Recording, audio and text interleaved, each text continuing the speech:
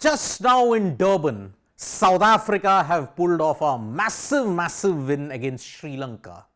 Remarkably, this is South Africa's first ever win against Sri Lanka in Durban. They had drawn in 2000, lost in 2011, lost in 2019 and now in 2024, South Africa have registered their third straight win when you look at it. They had won 2 against Bangladesh, now they have managed to beat Sri Lanka. And because of this huge win, thanks to Marco Janssen's 11 wickets plus centuries when you look at it from the South African batters, this is the current WTC points system.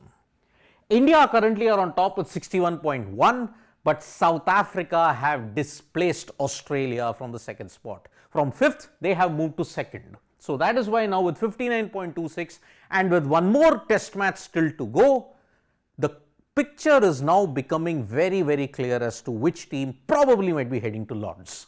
And in this, South Africa hold the ultimate advantage because they now have one more test versus Sri Lanka. If they win that, then Sri Lanka have got everything to do it because now result will not be directly in their hands of qualification. The scramble now might effectively boil down to only 3 teams now: Australia, India, South Africa. Because New Zealand are staring at elimination, because if they lose one to England, their chances of going to the WTC final are very complicated. So, what is the path now for South Africa and what is the hope for Sri Lanka now?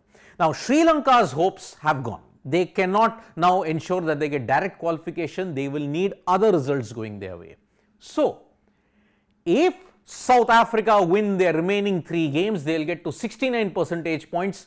Game over. June 2025, they are assured of going to Lord's. Sri Lanka though. Sri Lanka are all but out if they lose to RSA in their next game. How they will still stay in contention? If they beat Australia 2-0 and Pakistan beats South Africa 2-0. Now remember, Pakistan have never won a series against South Africa. If there is one team that can pull off any kind of mercurial stunt, it is Pakistan. But at this point in time, looking at their form, doesn't look like it's happening. If RSA win all their 3 remaining games, they are through to the WTC final at Lord's. They can afford to lose one more. But will they do that? That remains to be seen because they only have 3 more tests remaining in their WTC cycle.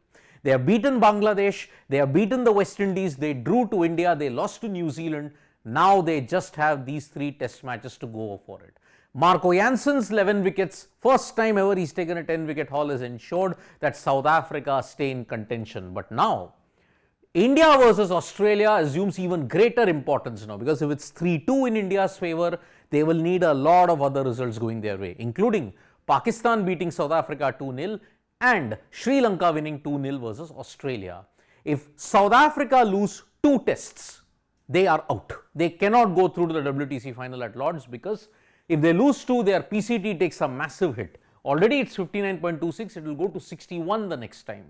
They win 1 more, they win 2 more, they go to 69. So that is why this is the current situation that South Africa are facing at this stage. Easiest path, win 2 more tests, they are through to the WTC final. They can afford to lose 1, but I doubt they will. If Sri Lanka win 2 versus Australia, South Africa loses 2 versus Pakistan, only then Sri Lanka has a chance. Otherwise, they are done.